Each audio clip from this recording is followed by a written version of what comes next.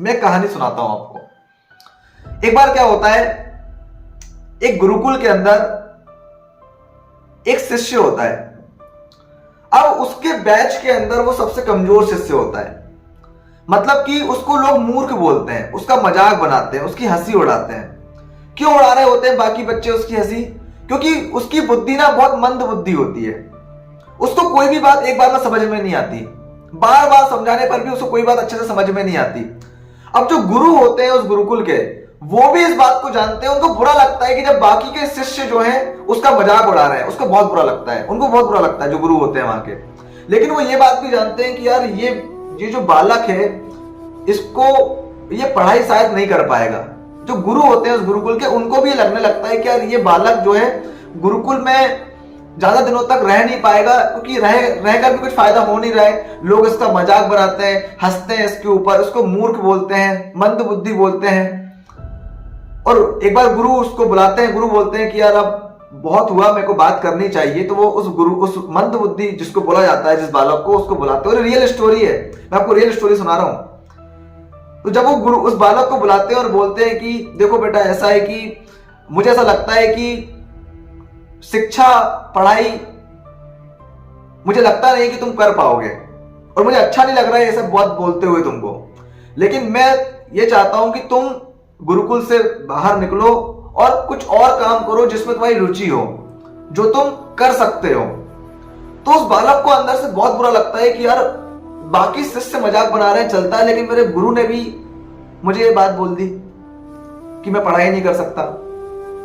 और वो वहां से चला जाता है। लेकिन जब वो वहां से जाता है तो एक नदी किनारे बैठा होता है और वो सोच रहा होता है कि यार अब मैं क्या करूंगा, मेरे गुरु को ही मुझ पर भरोसा नहीं है। और वो वहां पर नदी के किनारे बैठा होता है, और नदी के किनारे थोड़ा सा दूर जब वो पैदल पैदल चल के जा रहा होता है तो रास्ते में कुआं मिलता है। और वो कुएं के पास ऐसे ही चला जाता है। अमूमन वो सोचता है कि यार अब जीने का कोई मतलब नहीं है, क्योंकि मेरे गुरु को मेरे ऊपर भरोसा नहीं है, सब लोग मजाक बनाते हैं, मैं मंद बुद्धि हूं। तो वहां उस कुएं के पास जब वो खड़ा होता है तो वो क्या देखता है कि वहां पर कुएं पे पानी निकालने के लिए एक रस्सी होती है, और उससे लोग आते हैं, बर्तन कुएं के नीचे जाता है और रस्सी से पानी निकाल रहे होते हैं। तो जब वो रस्सी खींचते हैं तो वो रस्सी पत्थर पे बार बार घिस रही होती है, वो रस्सी पत्थर पे बार बार घिस रही होती है, और वो पत्थर पे निशान छोड़ रही होती है। तो वहां से वो बच्चा एक बात सीखता है कि यार जब ये रस्सी बार बार पत्थर पे घिस रही है तो पत्थर में भी निशान पड़ गया, जो कि इतना मजबूत है। तो अगर मैं बार बार पढ़ाई करूंगा तो मैं क्यों नहीं पढ़ सकता। और वो वापस से गुरुकुल जाता है, और गुरुकुल जाकर अपने गुरु से बोलता है कि मुझे एक मौका और दे दीजिए, मैं चाहता हूं, मैं कुछ दिन और गुरुकुल में रहना चाहता हूं, और मैं कोशिश करना चाहता हूं एक बार फिर से कि मुझे पढ़ाई करना है। अब गुरु उसकी दृढ़ इच्छा शक्ति देखते हैं, उसको देखते हैं, उस गुरु जी को लगता है कि मौका मुझे देना चाहिए, वो उसको एक मौका देते हैं। और उस बालक का नाम मैं बता दूं आपको, वरदराज उनका नाम रहता है। और वो गुरुकुल में इस बार जाते हैं तो वो अपनी पूरी दृढ़ इच्छा शक्ति से लग जाते हैं पढ़ाई करने में, बार बार मेहनत कर रहे होते हैं, प्रयास कर रहे होते हैं, वो लोगों की बातों पर ध्यान नहीं देते।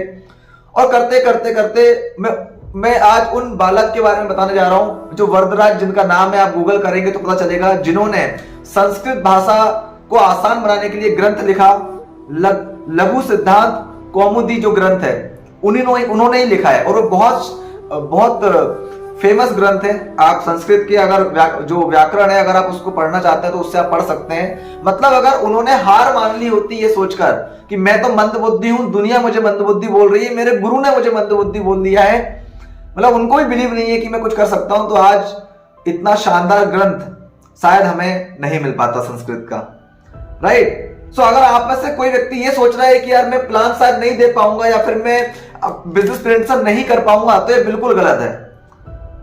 और वहीं से ये लाइन सामने आई। वो कहते हैं ना, सोनू सर एक बहुत फेमस लाइन बोलते हैं कि करत करत अभ्यास के जन्मति होत सुजान, रस्सी आवत जावत सिल पर करत निशान। मतलब जब एक रस्सी पत्थर पे बार बार घिसती है तो पत्थर पे निशान छोड़ देती है। अगर आप किसी स्किल की बार बार प्रैक्टिस करें तो आप उस स्किल में महान बन सकते हैं। आपको नहीं आता बिजनेस प्लान समझ में, लेकिन आप बार बार प्रैक्टिस करेंगे तो आप उसमें महान बन जाएंगे।